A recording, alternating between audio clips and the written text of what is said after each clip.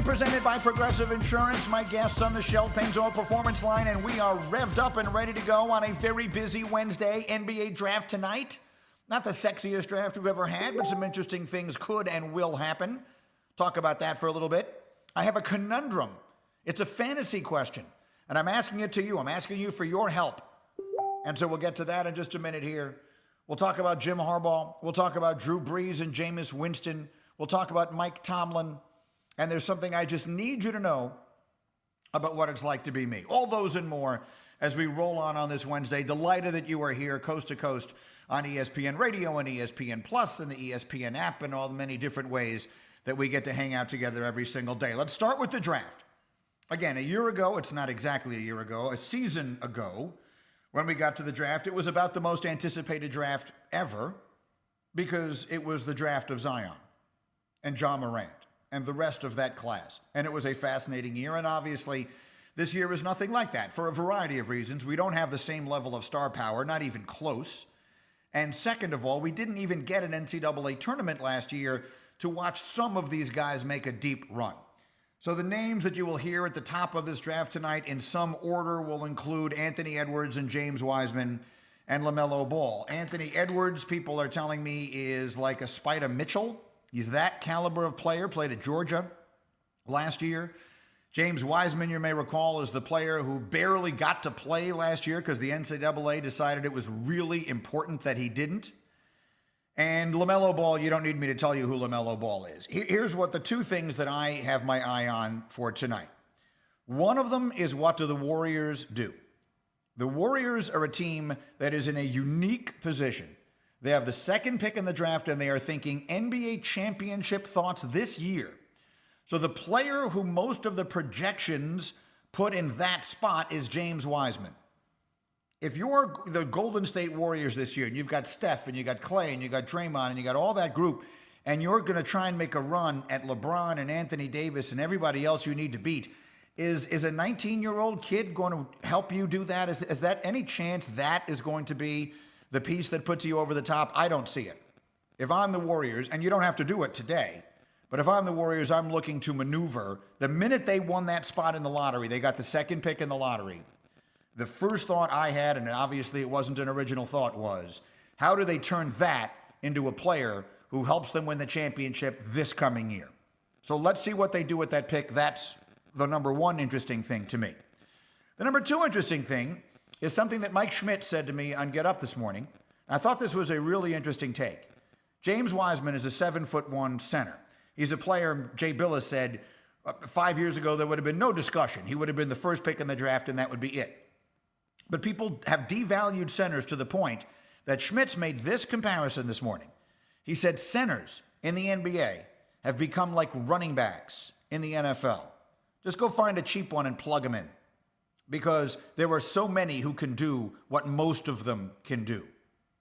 It's a really interesting way to look at it. And frankly, for someone my age, it's a depressing way to look at it. Center used to be the glamour position in the NBA. There was nothing like the big man. The game ran through the big man. The most important player on your team was the big man. The legendary center. Is that something that's going away? Are we never going to have that again? Anthony Davis isn't a legendary center. He's not a center. I'm talking about a center.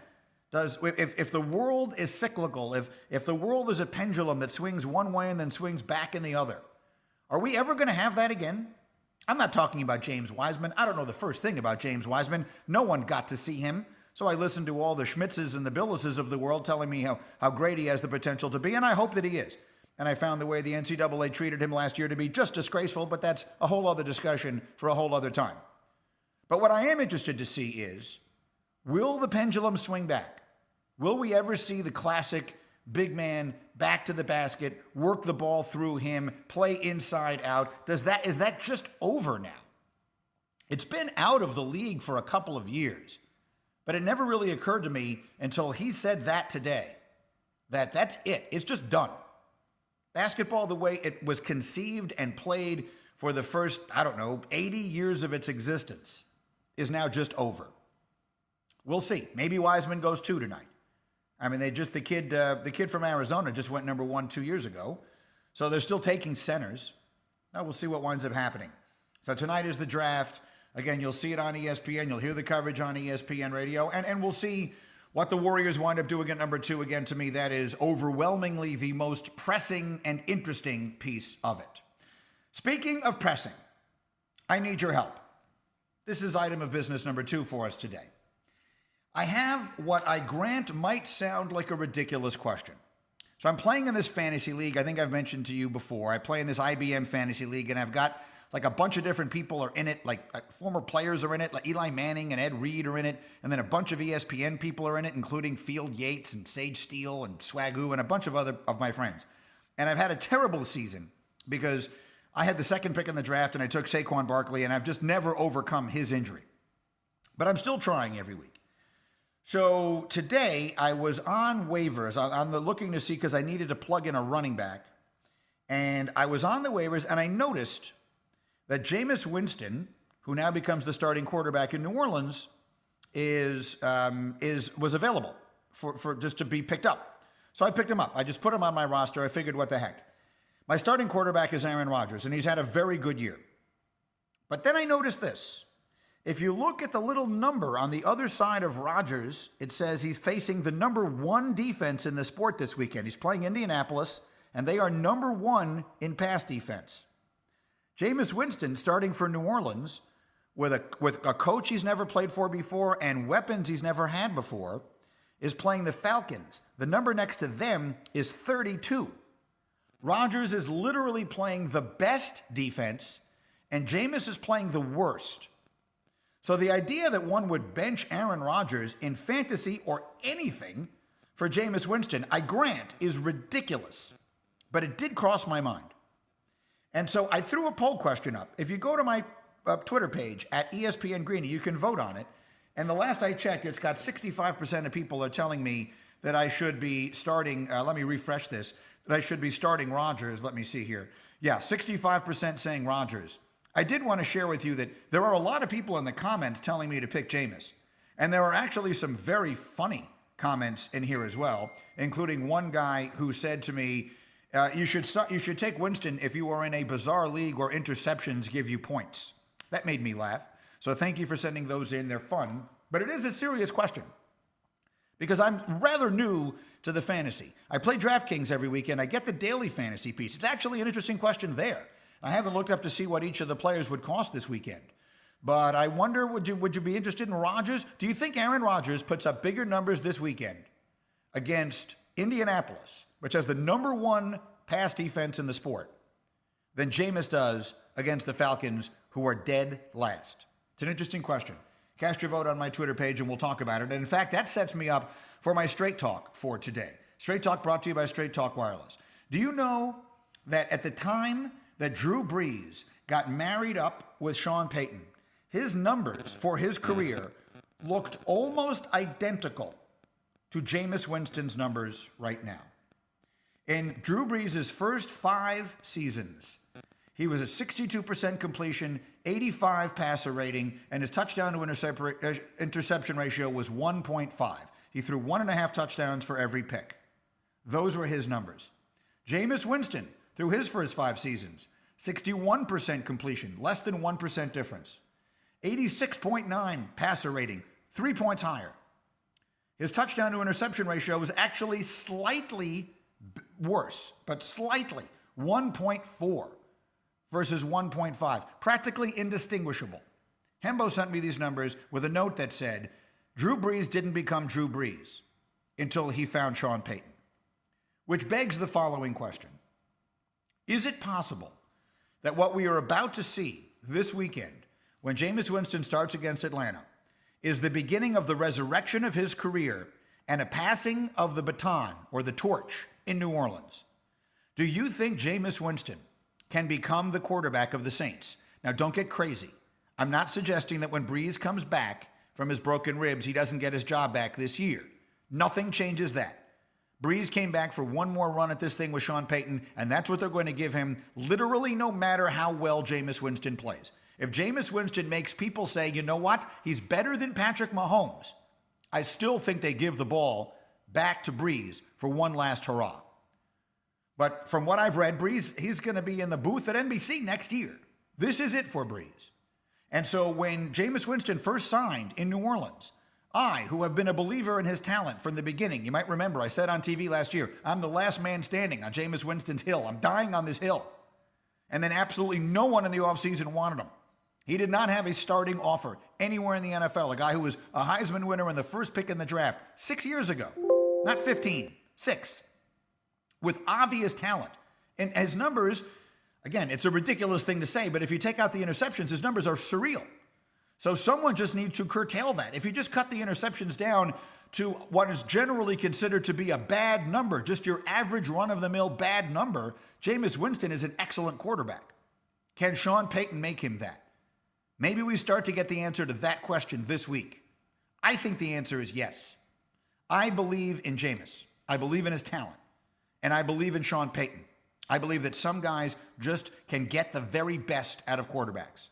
And if Winston is smart, and people who know him tell me he is, I don't know Jameis Winston at all, but if Winston is smart, he will recognize that this is his shot. Nothing better than this could happen to him. He's not going to Kansas City.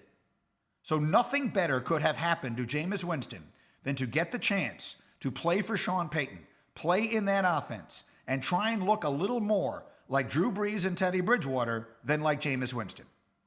When Bridgewater stepped in for Brees last year, the difference was practically indistinguishable because Bridgewater plays the same game. Low risk, short passes, check it down, find Michael Thomas for 6 yards at a time, and keep moving the chains. Be super accurate, don't make mistakes. Drew Brees going to the Hall of Fame doing all those things. And that's what Teddy Bridgewater did.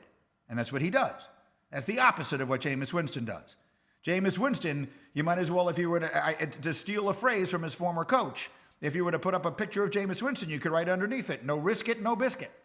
Well, in this case, no risk it, no biscuit equals no career.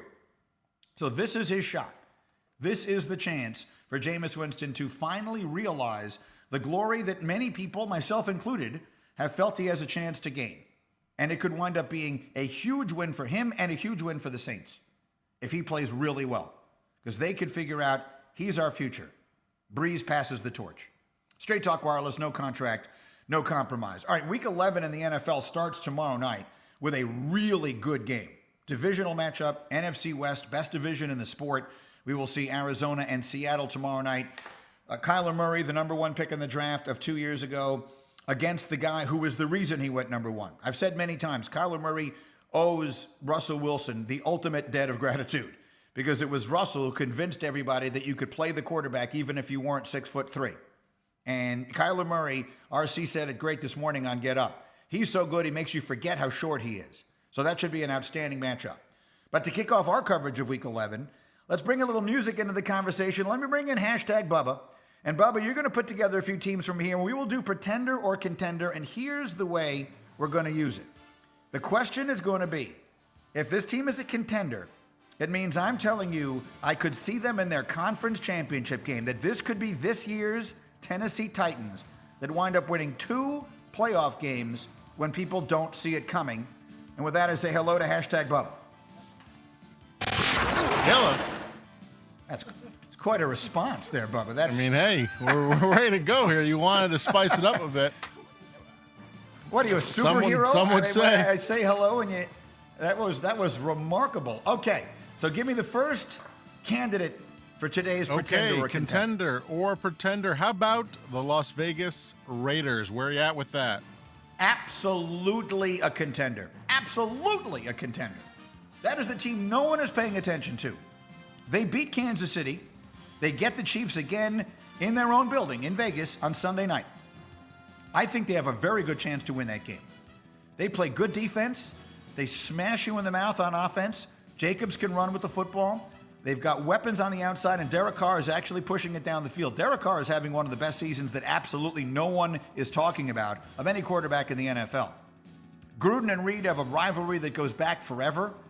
It goes back to their days on the staff at Green Bay. I think the Raiders are going to make that interesting. However many points you're getting in that game, I haven't looked at the line, take them. And I absolutely believe the Raiders are one of those teams that could get hot at the right time and could win 2 playoff games and wind up with a third meeting with Kansas City in the AFC Championship game. I absolutely think they could. Bubba, next. How about the Miami Dolphins? What do you think of there? Contender, pretender? That sound effect is phenomenally this dramatic. is a dramatic segment, that's very good. The Dolphins, Who did you say? The Dolphins? What do you got there? Okay, pretender. Which is to say, I believe the Dolphins have the brightest future of any team in the National Football League.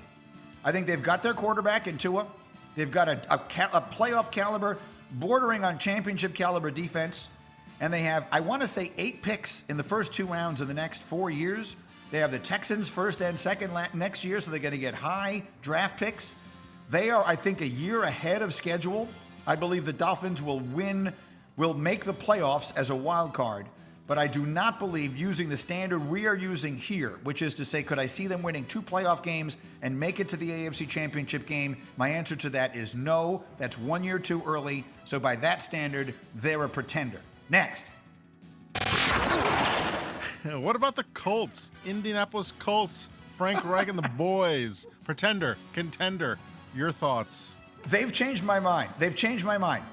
I am growing increasingly impressed with what I see from the Colts. And Rivers is starting to look better. And Phillip Rivers, when they signed him, if you were listening to me at the time, I said, I think they just blew it. Because Rivers, to me, last year in LA did not look like a quarterback having a bad year. He looked like a quarterback who was done. And I'm by no means convinced he isn't. But he's looking better and better to me. If he takes care of the football, that defense is so good. Reich is an excellent coach. They've got weapons. I don't love them. But if you're asking me, could I see them being this year's Titans? That's exactly who I could see them being. I absolutely could see them with the right matchups, knocking off 2 teams on their way to the AFC Championship game. Absolutely. So they are, in my opinion, very much a contender. Bubba, one more. All right, they had the game of the week last weekend. Arizona Cardinals, Kyler Murray, pretender, contender. I believe they are a pretender at this point. I like the Cardinals. I like them enough to date them right now, but not to marry them. I'm not totally sold. I believe Seattle will beat them tomorrow night. I do not think that they are as complete as a lot of other teams in the NFC. The NFC is much more wide open than the AFC. In the AFC, there's really only 2 teams I like. I like Kansas City and Pittsburgh. I would not bet any amount of money that any other team winds up making it to the conference championship game. But if the game is, could I see it happening, I'll give you the ones I could see. The Colts are one I could see. The Raiders are another. The Cardinals, to me, there's too many teams in the NFC I couldn't see them beating in a playoff scenario. I don't see them beating Green Bay in a playoff scenario. I don't see them beating Tampa or New Orleans in a playoff scenario. Let's see what else comes out of their division. I like the Rams, and I think Seattle will beat them. So I think the Cardinals might slip into the playoffs. It's not easy to get into the playoffs in the NFC. I think the Cardinals will slip in at the back end of the playoffs, but I do not believe they are a contender to make a run of consequence this year. One more, Bubba? Oh, I got one more for you. And it's the Los Angeles Rams. Pretender or contender? Yes, in. Totally in. Totally a contender. They do the things. The Rams, I think, are going to be the team to watch in the second half. The Rams are on the come.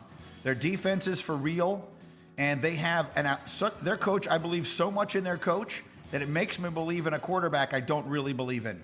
But we've seen him, meaning McVay, get the most out of Goff enough to ride that all the way to a Super Bowl appearance a couple of years ago, and they could do it again.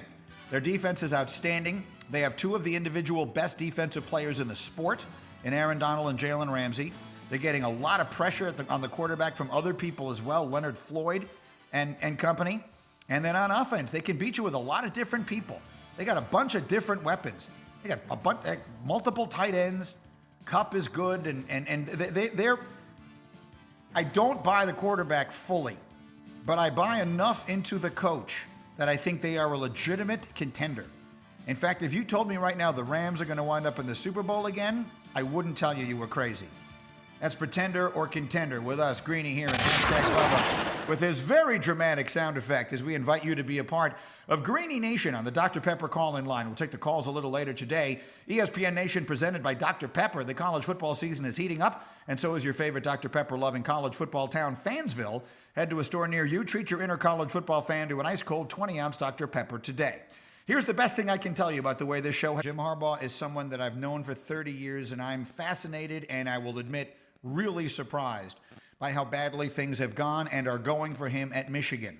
I want you to hear what David Pollack, who's, of course, one of the stars of College Game Day on ESPN, one of the most informed and most impactful college football voices in America. He was on Get Up with me this morning, and I asked him his thoughts on what he's seeing at Michigan right now. Listen to David.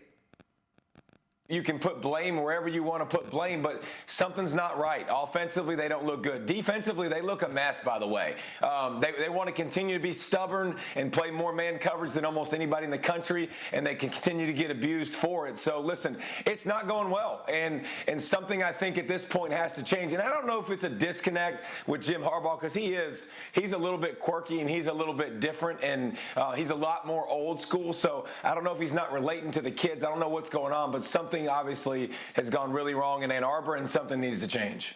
And that something will most likely be Harbaugh will no longer be the coach next season because his contract expires after next season. There are no lame duck coaches in major college football. So the question I raised yesterday here was, will there be an NFL team interested in him? And what I remembered was that when he was the quarterback of the Chicago Bears, he was, among other things, very close to the McCaskey family, the family that owns the Chicago Bears and still does. The person that I believe he was closest to was Michael, who was the man who ran the team in those days. Michael is no longer with us, but the family still owns the team. And so I promised you I would get Tom Waddle on the program, and I do exactly that. Tommy was a teammate of Jim Harbaugh's, played for the Bears, and now hosts Waddle and Sylvie, the #1 sports talk show in Chicago on ESPN 1000. Hello, Tom Waddle. Greeny, how are you, buddy? I'm good. So I'm looking for answers here. I have become extraordinarily disillusioned with your head coach, Matt Nagy, there in Chicago. I think he has screwed everything up beyond repair. And so I'm not in the business of firing coaches. But if indeed the Bears are one of the teams this offseason that are looking for a new coach, how do you think it would be received if Jim Harbaugh was one of the people that was under consideration? All right, I heard your show yesterday, so I thought maybe I would get this phone call, so I'm prepared for it. And my first response would be, full disclosure, I'm biased because Jim was my quarterback, and I have such an affinity for Jim, loved him as a teammate, his desire, his love of the game, his dedication, how hard he played. Look, we were not Montana to Rice. I mean, obviously, you know that. You covered our teams. But I loved playing with Jim, and I have the ultimate respect for him. I'm probably much more equipped to evaluate him as an NFL head coach because, as you played David Pollack, he's much more equipped to evaluate Jim as a college coach. I mean, you go back to the years he was with the 49ers, and I think in the 4 years he was there, they went to the NFC title game 3 out of the 4 years. They went to the Super Bowl one of those years. He had a tremendous staff. Greg Roman, who's one of the best offensive coordinators in the league, was his OC. Vic Fangio, who's one of the best defensive minds in the game, was his DC. So they had it rolling there. What has happened in Michigan, as I said, Greeny, I'm not really equipped to evaluate it. I can tell you this, though. Their inability or his inability to identify or recruit a quarterback and develop that quarterback and excel offensively is concerning from where I sit because we are a hot mess offensively. And it's not a rut here in Chicago. This has been going on for the better part of 2 seasons. And with the offensive ineptitude that we have experienced recently, that would be something that would concern people. Now, I do agree with what you said about the relationship. I do believe, obviously, Jim has a healthy knowledge of the history of the National Football League and a respect for it. I know how much he respects this organization, the Charter franchise. And I agree with you, and I think you're spot on. The McCaskey family thinks a lot of Jim. I think it's a conversation, if it came to be, that probably would happen. Whether or not it would be the perfect fit at this time, that I'm undecided on, and I don't know.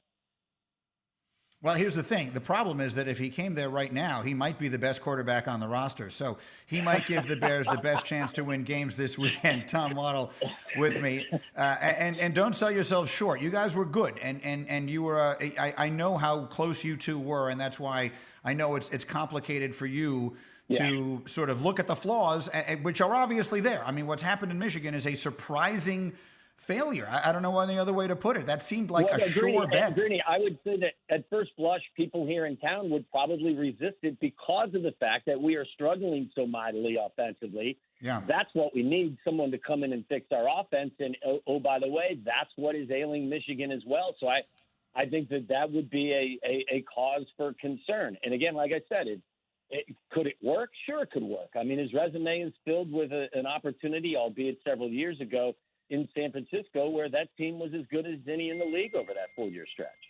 Tom Waddle is with me on the Shell Pennzoil Performance Line. Shell V-Power Nitro Plus Premium Gasoline. This is Greeny, presented by Progressive's Home Insurance. Get your quote at progressive.com today. While I have you, Tommy, what were the calls like yesterday? What was everyone saying about Theo Epstein? Well, I think everyone, and rightfully so, is appreciative. They're sad that he's going to go. I don't think this came as any shock. I think he telegraphed this, and this is a franchise that is on the cusp of having to make some really difficult decisions in a difficult environment because of how the financial landscape will change because of the pandemic. And I think they decided that, with those important decisions on a number of players that have to be made, it's best to be made by somebody like Jed Hoyer, who is going to be here for the long run. So I understood it. Why they did what they did and why they did it. As always, Theo was as classy as anybody in the world of sports. People are sad. They're appreciative, but they kind of understand it. I mean, Theo telegraphed this a while ago. He's always said, listen, he subscribes to the Bill Walsh plan that after 10 years, both sides get a little bit stale. So, I think there are a lot of people here that are very happy that they finally lived their baseball dreams watching the Cubs win the World Series. They're sad to see Theo go, but I think this, by the same token, I think they understand why. All right, have a good show today, Tommy. Thanks. Say hi to everybody for me. You got it, buddy. Be good, Greeny. Waddle and Sylvie later this afternoon in Chicago on ESPN 1000. They're the best show in town and longtime friends of mine. And the Harbaugh thing, I have a few more thoughts on it that I'll get into as we go. I still believe, and I will acknowledge, that part of this is my own bias. Like, we all try as hard as we can to be unbiased. In fact, why don't I just sort of pause on that thought and I'll expand on it because it's a bigger point. I try very hard not to let personal relationships impact the way I view these things. And I don't have very close personal relationships with a lot of people in sports for that reason. But, I mean, Jim Harbaugh is someone I've known 30 years. And I've always just thought he was a great coach. I guess I've paid particularly close attention to him at every stop, even when he was coaching at the University of San Diego, because he had been someone that I had known. And then I watched him at Stanford, and he was unbelievable at Stanford. That program that Stanford is right now, he built that. He really started that ball rolling. And then he went to San Francisco, and just look at what they were before he got there and look at what they were after he left. So he has had enormous success. I thought it was impossible that he would not make it work at Michigan. I thought that was the move that could not fail. So the idea that he's going to be out of there at this point is a shocker to me. And what winds up happening to him next, I don't know. I think he'll get an NFL head coaching job, but I don't think that's a certainty at this. Greeny with you on ESPN Radio. My Twitter poll at ESPN Greeny. My fantasy question for this weekend only: which quarterback do I start? Aaron Rodgers against the number one defense in the sport, which is the Colts. I got 67% saying I start him over Jameis, who's starting for New Orleans against the 32nd ranked pass defense in the sport in Atlanta. 2/3 again telling me to go with Rodgers. We will see. Meanwhile, tonight is the NBA draft, and I am very much looking forward to watching my friend Jay Bilas give me the analysis on all these players, because there are more this year. The names at the top are ones we've probably seen play less than in any year that I can remember in a very long time. And so I welcome Jay Bilas back to the program. Hello again, Bilas. Greeny, good to be with you. So I teased going into the break that we're going to say a name that a lot of people probably have not heard at all, that they better remember when we get to tonight. And that name is Tyrese Halliburton. It's a name I'm not 100% sure that I had ever heard it spoken aloud until about 2 days ago. And now I'm hearing everyone tell me this is the player to watch tonight. Tell us who he is and how high he might go. Well, he's a point guard from Iowa State, and he's been there a couple years. Long-armed, lanky, outstanding handler, really good passer, excellent shooter. Spot-up shooter, can shoot from deep, can put the ball on the deck and get to the rim and finish, and he's a really good defender. I mean, I think perhaps the most complete player in the draft, and the one you'd say he's going to play 10, 12 years, and there's no way he's not going to be good. It's just a question of, is he going to be great? And he may have a lower ceiling than LaMelo Ball, James Wiseman, or Anthony Edwards, but his floor is much higher. So he's reliable. You can rely on him, and I've got him as the fourth overall prospect in the draft for that reason.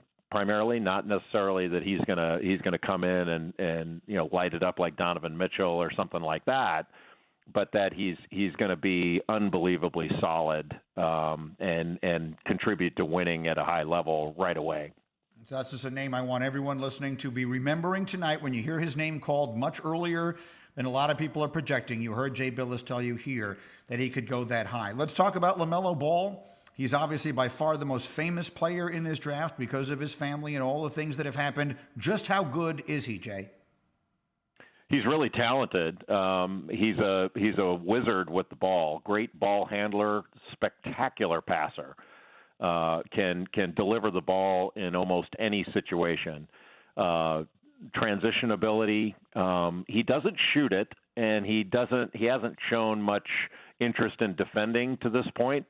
But he loves to play. He puts his time in, and I have no doubt that he'll transition well and be a good NBA player. I don't think, even though he's extraordinarily talented with the ball and a point guard, I have Anthony Edwards a little bit ahead of him because Edwards is a better scorer. He's a vastly superior athlete. So I think the athleticism and the fact that he can score, and then, Edwards is another guy that hasn't shown a ton of interest in defense, although he is much more capable of being a great defender than LaMelo Ball is. So it's just sort of that's kind of an eye of the beholder thing. They're different players. The only thing I'd say about Edwards, he still has to learn how to play a little bit. As far as some of his shot selection, he needs to take the ball to the basket more, get fouled, and spend more time at play like Ball does. And can you be great in the NBA if you don't love it? Like, he's getting beaten up right now on social media because, like, in basketball, people say he's a kid. He said something, then now people are going, oh, just stay away from him because he wants to play football. Like, that doesn't make a whole lot of sense to me. That's for the true, draft, especially now. But I doubt, if first of all, like, when people say it's a wide open draft, what it means is we don't know who's going to go number one. Like, Minnesota knows who they're going to pick, right? And I don't think what he said in the last night is that all of a sudden they're pulling their hair out, going, "My God, I didn't know he wanted to play football." They're not worried about that. Maybe we'll lose him to the Vikings. All right, again, Bilas and company tonight, 7:30 Eastern on ESPN. We have coverage here on ESPN Radio as well, and we're looking forward to it. Jay, it's great to see you. Let's talk again soon. I appreciate it, my man. Thank you. Thanks for having me. It's Bilas getting ready for the draft tonight. And Greeny reminding you that, look, accidentally sometimes we all damage our phones, right? That can happen. Well, now Straight Talk Wireless's new Platinum Unlimited plan includes phone protection, just $65 a month, unlimited talk, text, data, and more. See Mobile Protect terms and conditions at Asurion.com/Straight Talk. Limitations and exclusions apply. We'll have more insight into some of this basketball with Woj. He's going to join us in a few minutes, a little on the draft, a little bit on Shell Pennzoil Performance Line. They'll include Woj on this, the day of the NBA draft, but with all the trades in the air. We'll have Woj in just a few minutes here, our NBA insider extraordinaire. Keyshawn Johnson before him. He'll join me live in just a second. I also have to clean up a few thoughts that we had on Jim Harbaugh that we didn't really have time for in our first hour, because there's a lot more there than meets the eye. I have a business idea that I think is going to be worth $1 trillion, and it involves a name from sports that you know well. And we have some time at the end of this hour for phone calls as well. So we'll do all of that in this hour here on ESPN Radio and streaming with you on ESPN Plus. But right now, here he is, longtime NFL superstar and the star of KJZ in the mornings here coast to coast on ESPN Radio. It's Keyshawn Johnson with me. Hello, Keyshawn. What's happening, Greeny? Well, here's the thing. I'm getting a little envious of you, and I'll tell you why. Because you are from L.A. and you love all things Los Angeles. And your Lakers won the championship this year, and the Dodgers won the championship this year. And now I am looking at the Rams, and I'm starting to pay some more attention. At the beginning of the season, I didn't take them particularly seriously. This is sort of a long-winded way of asking you, do you believe the Rams have sort of an outside shot at putting together what would be a trifecta unlike anything we've ever seen before? Because I think that defense is legit. I think the coach has a chance to turn that offense into just enough to make a run in the playoffs as he did a couple of years ago. I kind of like the Rams as a sneaky outside pick in the NFC. How good are they? I think they are. I had them picked pretty high in the beginning of the year. After I saw them play, going into the season, I figured they win 6-7 games. But then as I watched them play, I said, you know what, man? I think I made a mistake. I think the Rams are going to be pretty good, especially down the stretch, because you got players on that team that's been there, done it. They're a little older now. Jared Goff settled in at quarterback. As long as he doesn't have a Miami Dolphin-type game, a Buffalo Bill first-half game, I think you're on to something. Sean McVay is smart enough and talented enough to put people in the positions to make the plays. Like you said, the defense is the defense. They got a defensive lineman that's the best that there ever was. They got a shutdown corner that can rival some of the best that there ever was. So when you start looking at it, you start to say to yourself, boom. Yeah. Did I just lose Keyshawn there, guys, or is that just me? He started saying boom, and I thought it was for dramatic effect.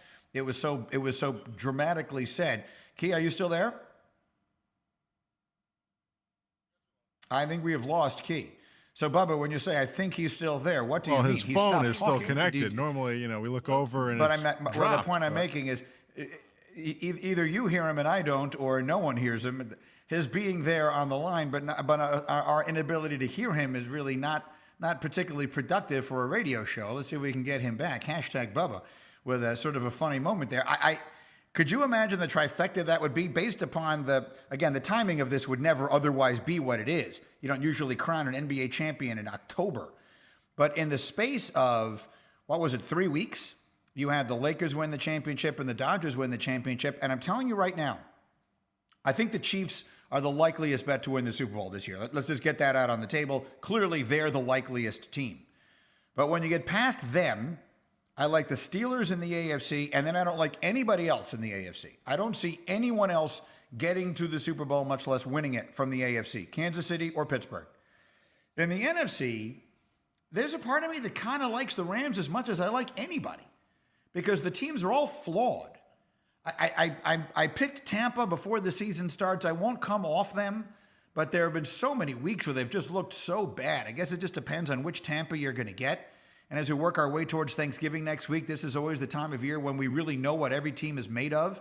And we will see the Rams and the Bucks play Monday. And that is a great game. And maybe we will start to learn a lot about that. But you look at the rest of that division and we'll see. They could very much be for real. We got Keyshawn back here and we will continue with him on the Shell Pennzoil Performance Line. Key, let me go to the next topic here. And that is, there's no team that's gotten more attention on our show in the morning across the hall from yours this year than the Eagles because so much was expected and it has been such an unimaginable disaster. In your view, if they don't manage to win this ridiculously bad division, if you feel like you need to make changes, is it the coach or the quarterback where you would start? Neither one. Neither one. The coach won the Super Bowl. He gets an extra 4 years just on that alone, right? I mean, that's what happens. You win the Super Bowl, you get an extra 4 years. I think you run it back, you try to get some players, you try to get an offensive line in the offseason and in the draft, and you run it back. That's all you can do. You can't all of a sudden decide to part ways with a coach or a quarterback that you gave $100+ million to. It's probably fair, and you're right. But it does feel, I don't know, maybe I'm reading into this, but the comments that Brett Favre made of 2 weeks ago in your studio there on First Take, which follows you guys across the hall from us, when he was, the comments he made being a former teammate of Doug Peterson and being a friend of Doug Peterson, for him to come out and say, you know what, they really should have stayed with Nick Foles instead of Wentz, that felt some kind of way to me. And it led me to wonder if there isn't some issue there between the coach and the quarterback. You know, and I asked Sal Powell, who works with us, who covers the Eagles very close, literally a day after he was on our show, and I asked him similar to what you're saying to me. I said, well, a good friend says something, and you automatically think it came from the head coach. And Sal convinced me that Doug Peterson would never, ever say that to Brett Favre. Brett Favre just said it basically on his own. So, you know, maybe there's some that say, oh, well, maybe I should have stayed with Nick Foles. But we both know, you and I, we smart enough to know that Carson Wentz is a better quarterback than Nick Foles. Come on. Like, if he's healthy, it's not even close. It's not even close.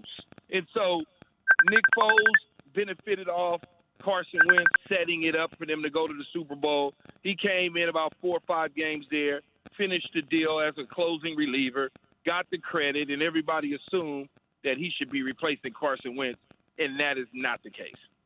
Yeah, I mean, the evidence of that is on full display if you watch the Bears play offense this year. I totally agree with you. He got ridiculously hot at the right time. He's a streaky player who can put together a little stretch of playing really well, and he did that at the best possible time, and God bless him for it. He deserves to be a legend now forever in Philly. He won them the championship, and good for him. But yes, I totally agree. They made the right call. Greeny presented by Progressive Insurance. Keyshawn with me here for another moment. Last one, because I'm going to have Woj in here in a minute. And as the huge Laker fan that we all know you to be, if James Harden winds up on a team with Kevin Durant and Kyrie Irving, if those 3 guys all team up, do you suddenly worry about the Lakers' chance of repeating? I don't necessarily worry about it. It'll be interesting because, again, much like the Lakers, chemistry has to come together. We have to understand what the team looks like. They've got to get out of the East to even worry about the Lakers. I mean, that they can't afford to be a bust in that situation. If you land a guy like James Harden, you got Kyrie Irving, and you got a healthy Kevin Durant, it's boom or bust, period. There's no, oh, we need another year to figure it out. No, you need to do just like the Miami Heat did when they got the big 3 together. They went to the championship. Even though they lost, they went. Mm-hmm. Yeah, and those are 3 guys, boy, let me tell you. When Harden has the ball, everybody's watching, and when Kyrie has the ball, everybody's watching, and it'll be fascinating to see if they are able to put together, if they do come together. All right, we'll hear you tomorrow morning. It's Keyshawn and Jay Will and Zubin weekday mornings across the country here on ESPN Radio. Looking forward to that, as always. Key, thank you, my man. I'll see you tomorrow. Okay. All right, bye-bye. That's Keyshawn Johnson with me here. Greeny presented by Progressive Insurance. He's on the Shell Pennzoil Performance Line. We'll have Woj in here in just a second. I am really fascinated by this possibility with Harden. I know there are a lot of people, Jalen said this to me on TV the other day, who are down on the idea of NBA stars the minute they feel they're not in a position to win a championship, rushing and teaming up with other guys. I know people don't like it. And I've said many times that I think the league is a better place when the stars are distributed. But for some reason, there is a part of me that thinks that Harden going to the Nets would be a good thing. And I think the main reason for that is I think we could use a powerhouse in the East. Like, I think that the league, it feels so top-heavy right now. It feels so much like so much of the star power is out west that seeing a little bit of the migration of some of the bigger players to the East would be a good thing. Getting a team, if that team actually were to manage to come together with those 3 stars in Brooklyn, playing in the Eastern time zone, for those early starts on ESPN and TNT. I think it would bring a little bit of juice to those Eastern games that people would be rooting like crazy for them and others would be rooting like crazy against them. There's a part of me that, contrary to my usual position on this stuff, kind of wants to see it happen.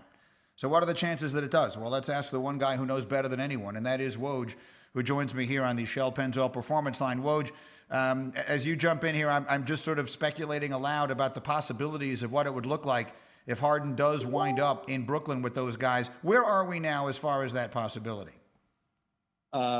Really no further along, Greeny, than they were when Harden first told Houston that's what he wanted. There has been contact between the Rockets and Nets, but that hasn't been the case, I'm told, at least the last couple of days.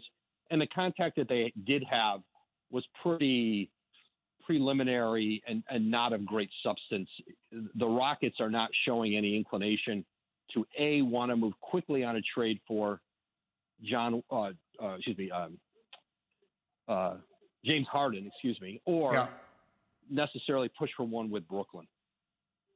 And then there's Russell Westbrook too, right? I mean, they've got two things working at the same time. They can bring those two guys back and run back a similar team to one that, different times last year looked like they might have been in position to make a really interesting move, or they could trade them both away before the season starts, right? Like it's literally it could go either way. Both have multiple years left on their contracts, so there's not a rush to have to just go do something right away. They could, I think, especially in the case of Harden, you want to build. If you're going to trade James Harden, you've got to get a monstrous return. You've got to maximize whatever that return is. And usually that happens over time of building the market. Some team starts the season not playing as well as they thought and feels like they've got to do something. There's all these circumstances that take over once the team starts playing games. But with players of that caliber, even like Russell Westbrook, who has a supermax contract, it's easier to trade the supermax guys for the supermax guys. It's harder to piece together all the contracts and all the things it takes when the numbers are that high. So typically it takes a while, but we've also seen in plenty of cases where things can come together quickly on a draft night. But I don't sense that's the case today. But I've also done this long enough to know it can change in a moment. Woj is with me here on ESPN Radio. You mentioned the draft. As you say, that is tonight. What are a thing or two that you think fans should be watching closely as we work our way towards 7:30 Eastern tonight? Well, what happens at the very top of the draft? In Minnesota, their president, Gerson Rosas, has been very determined to keep everybody guessing as to who they're going to pick number one. They want to be able to maximize all the trade opportunities. And so, if people know who you want at one, you're probably then another team. You're just calling number two, unless you want the guy at one. You're probably calling Golden State at two, or maybe you're calling Charlotte at three. He wants all the calls to go to number one and maximize whatever is out there, and then make a decision on the clock about whether they're going to keep it and draft a player. I think there's a lot of around the league. I think many believe that Anthony Edwards might be that player, but they don't know for sure. And Minnesota's done a good job of keeping that shrouded, and they want to do that right up until the clock. But I do think 1, 2, and 3, in whatever order it is, there is a pretty strong belief that it's going to be the three players we've been talking about the whole time: Edwards, Ball, and James Weissman. It's just a matter of what is the order that they come in. And then one more thing, Woj, I saw as I was getting ready to come down here to do the show that there'd been a trade. The Knicks made a move up in the draft, packaging a couple of picks. And I just am hearing some people speculate that maybe they're trying to work their way up even closer to the top. What have I missed there? No, that's exactly that. They traded up to number 23 with the Jazz. We reported this morning and moved back and gave the Jazz a couple picks to move back with. And so now the Knicks are at 8 and they're at 23. And so if they on the board all of a sudden, if they want to go to Cleveland at 5, if they want to go to Atlanta at 6, and there's a player that they want but don't think is going to get to 8, they've got a little more. Instead of offering 8 and 27, now you're offering 8 and 23, and maybe you throw in something else. So it gives them some a little more juice if they want to get up the board, or maybe they stay at 23 and pick a second player there. Well, there's new leadership there, so we're no way to know yet exactly how they will ultimately operate, but obviously no one will know before you will know. Woj, we'll keep our eyes, as always, on your Twitter feed, and we'll check in with you again. Thank you so much. I'll see you later. You got it, Greeny. Good to be with you as always. That's Adrian Wojnarowski, the best in the business, with me here on ESPN Radio with Greeny. And a quick moment here to remind you that hiring, of course, can be challenging, especially with everything else you have to consider today. But there's one place where hiring is simple, fast, and smart, and that place is ZipRecruiter. Try ZipRecruiter for free at ZipRecruiter.com/Greeny. That's ZipRecruiter.com/GREENY. ZipRecruiter is the smartest way to hire. While I have a moment here, I'll mention again, and I did this right off the top of the show today, but I guess I get sometimes a little bit nostalgic about things like this. But in any other year, or certainly in years past, the 7-footer, the kid who's 7'1", James Wiseman, who barely got to play this year in college basketball because the NCAA decided it was very important that he didn't. But he would have been an easy choice for the number 1 pick in this draft. There would have been no discussion about it. But right now, I had Mike Schmitz, the draft insider, on my TV show this morning telling me, Greeny, centers have become kind of like running backs. You don't really need to get a great one. You don't need to use up a lot of capital on one because you can find a serviceable one almost anywhere. Just plug him in. It's not an important position. And that really, it smacked me in the face. I know I knew that. I knew all of us who watch the game know that. But I will admit that as one who has grown up watching this game now, I guess you could say I've been watching basketball 45 years and have always loved the sport and loved the game itself. That the idea that we are now in a place where not only has the big man been de-emphasized, but the big man has basically become an afterthought, has basically become practically irrelevant. I don't like it. It doesn't sit well with me. And it makes me wonder if the world is cyclical. Is that a pendulum that swings back eventually? Because basketball was always, the big man was the glamour position. I mean, going back as far as Mikan, and then obviously Russell and Chamberlain and Jabbar, and then through the 80s when you had Ewing and you had Olajuwon and you had then David Robinson, then of course Shaq. And those were the biggest stars in the sport. The biggest stars were the big men. And most teams had good ones. I mean, in my childhood, I'm old enough to remember going back to the 70s. You could name the center on every team in the NBA. And even the ones who weren't the best, I mean, they didn't all have to be Kareem Abdul-Jabbar and Bill Walton. They were great everywhere you looked. Every team had a good center. Wes Unseld was a good center, and Bob Lanier was a good center. Everywhere you turned, every team had a center. And teams now, they'd play without him. And I just wonder if it's ever going to go back. Or if we really are in a place now where you don't even worry about that. Well, we'll plug someone in who's 7 feet tall to guard the rim and get some rebounds. But the whole game is being played out by the three-point line now anyway. So it made me feel some kind of way when Schmidt said that to me today. And I wanted to share that thought again. I just wonder if you're about my age, if you feel the same way about that part of basketball now. I insist that we talk about this fantasy conundrum that I have here. Greeny Insists is brought to you by DraftKings, America's top-rated daily fantasy app. And I actually have turned to DraftKings to get a quick gauge on my question. But in this fantasy league that I'm playing in, I'm head-to-head with Field Yates this week. And I picked up as a backup quarterback Jameis Winston because I just figured, what the heck? And then I was looking at it closely. Winston is playing the worst defense in the NFL. He's starting for New Orleans this weekend with all those weapons and that coaching. He's been there long enough now to have picked up the system and practiced with these guys and whatever else. And he's obviously practicing all week long because Breeze got hurt in the game.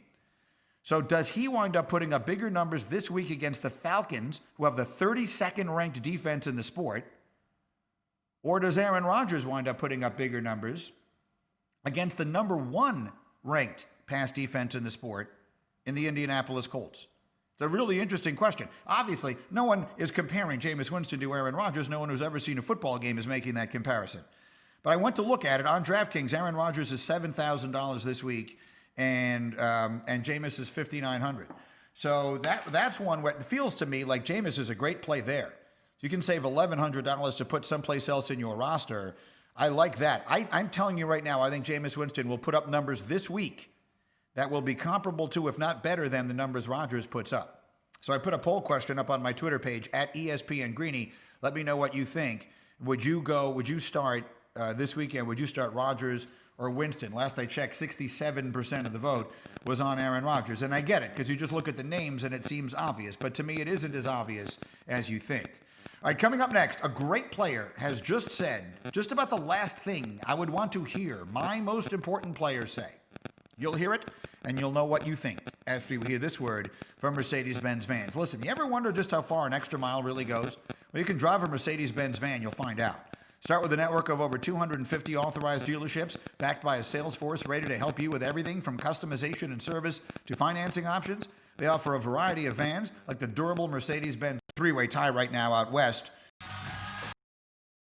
With me, so a player who has really taken the league by storm, obviously, over the last year and a half is Kyler Murray. And this past week, not that he needed a coming out party because he's been spectacular, but certainly that Hail Mary, or Hail Murray as they are now calling it, was the play of the year in the NFL, and it got a lot of people's attention. And so now we're all paying attention to what they're doing in Arizona, where there's a three-way tie right now out west, and they will play Seattle tomorrow night. And the winner of that game will take momentary first place in the division. We'll see what the Rams do Monday.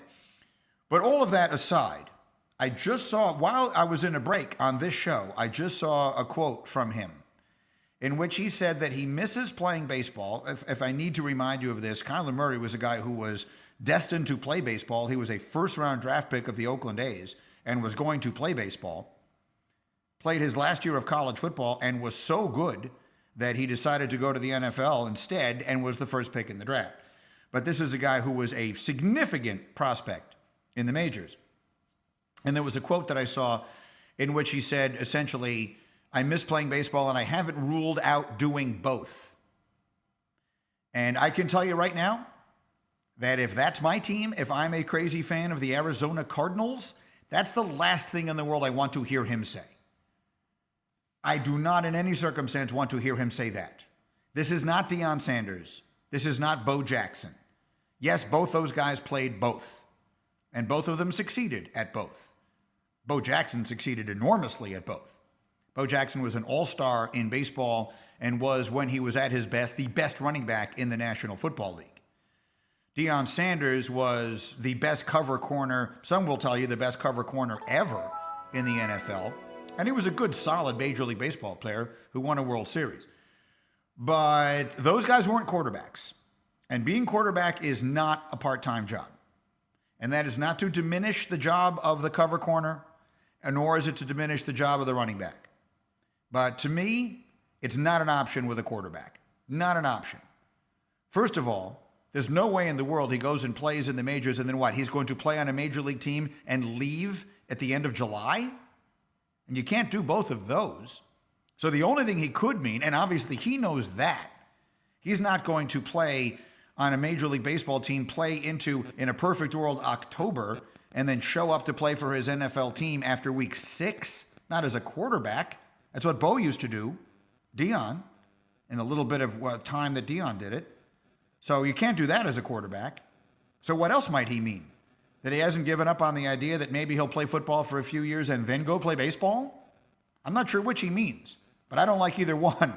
Kyler Murray has it in the NFL. He has a chance to be great. He's Russell Wilson again. He is Russell Wilson all over again. But I think, if anything, he's a more dynamic runner.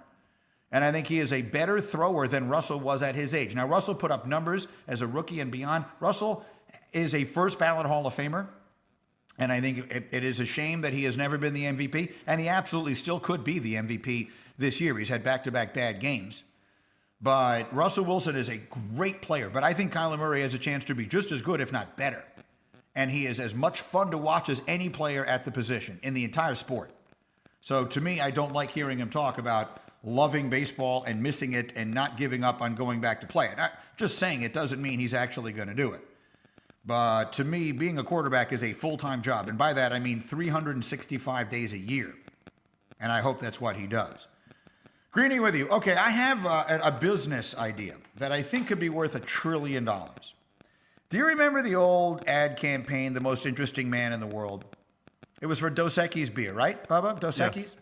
And I liked that campaign. We actually did some spoof ads in the old days on Mike and Mike.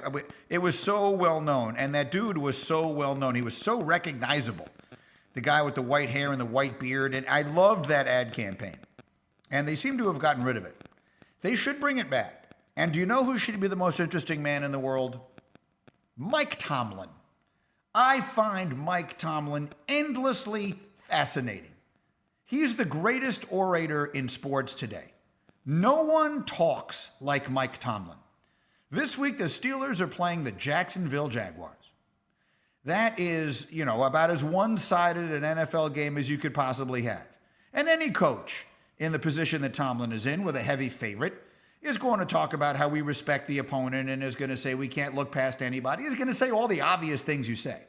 But none of them are going to say it quite like he does. Just listen to this. I'm not into the trap game discussion. I understand that that's things that you guys like to talk about, but this is the NFL. And more than anything, the guys know my attitude regarding that. We are not a Big Ten team playing a MAC opponent this week. Every time we step into a stadium, we're playing professionals, players and coaches. And we got a ridiculous level of respect for that. And so, write your story, man. Follow your storylines about trap games and things of that nature. We understand what we're going into in Jacksonville, that's a group that's trying to kick our butt, a professional group, a capable group, and we're preparing with that understanding. I love that man. I don't know Mike Tomlin at all. I asked Ryan Clark about him on television this morning because I just find him so endlessly fascinating. He talks like that all the time. I've never heard anyone talk quite the way he talks. He's a fascinating talker. I could listen to him say anything. Go dig up old sound bites. Guys, I'll give you a second. Go find anything else Mike Tomlin has said. It sounds exactly like that. And I asked Ryan Clark, and Ryan Clark said, yeah, if you sit down in his office and you're having a sandwich and he's asking about your family, he's having that. He says it exactly like that. The standard is the standard, which is a fabulous quote. And I just find him endlessly interesting. So I think we should resurrect the old most interesting man in the world concept and have Mike Tomlin play the role. Go ahead, just play another soundbite from him. We're not into statements. We'll let you guys make the statements. We're just going to line up and play against those that we're scheduled to play against. And they were next. And I'm glad we're able to get the job done. It's just the best, right? We're not into this. We're not into that. The statement, the standard is the standard. I just love him. He's low-key the best coach in football. Bill Belichick, obviously, the body of work, he deserves the credit. But the last couple of years, no one has been a better coach than Mike Tomlin. Mike Tomlin has never had a losing record. He was 8-3 last year in games in which his offense managed 11 points after he lost his quarterback. I think he is low-key the best coach in the whole sport. And I'd love to see him win another one this year. And I think he's got a great chance. I think Kansas City has the best chance, but I think that the Steelers have the next best chance. In fact, that brings me to one of two little gambling notes that I saw today. If you could get a bet right now, the Chiefs or the field, which side would you go? Our analytics department, our stats, our football power index gives Kansas City a 50% chance of making the Super Bowl. You could get equal odds, 1-1 on the Chiefs or on the field in the AFC. Pittsburgh, Baltimore, the Raiders, the Bills, whoever else you like, Colts, Titans, the whole bunch. If you were putting down an amount of money that mattered to you, would you take the Chiefs or the field? It's an interesting question because I love the Steelers, but I'm not an idiot. I watch Patrick Mahomes play. I think the Steelers might be the best team, but I'm not betting against Patrick Mahomes in a playoff game. No way. Not now and not for a very long time. So that was one that I saw that was interesting. The other one I saw that was interesting was the line opened on the line Saints-Falcons was 7 and 7.5. And then when Breeze got hurt, it went to 4.5. So I found that interesting. What is the value of the quarterback in that spot? Breeze, it seems the number moved 3 points based on his injury. Bubba, give me one more Mike Tomlin. We got respect for him, but we don't fear him. And so, we're not surprised by anything that transpires. He sounds exactly the same. He always just talks like that. And I just love it. I want to talk to him. Please try and get him on this show. Josh Drew, who books guests for us, anybody within the sound of my voice, if you could, I just want to ask Mike Tomlin a series of unrelated questions and just hear if he always talks like that. Because there is no one I find more fascinating than I find him. Okay, well, coming up next, it is your turn. We have not taken any calls in a while, and I have missed it, so let's throw open the phones at 888-SAY-ESPN. The theme of the day today will be, what do you want to know? It is your turn to ask me your questions about sports. Whatever you want to know, I'll do my best to answer. 888-SAY-ESPN. That's coming up next. Greeny.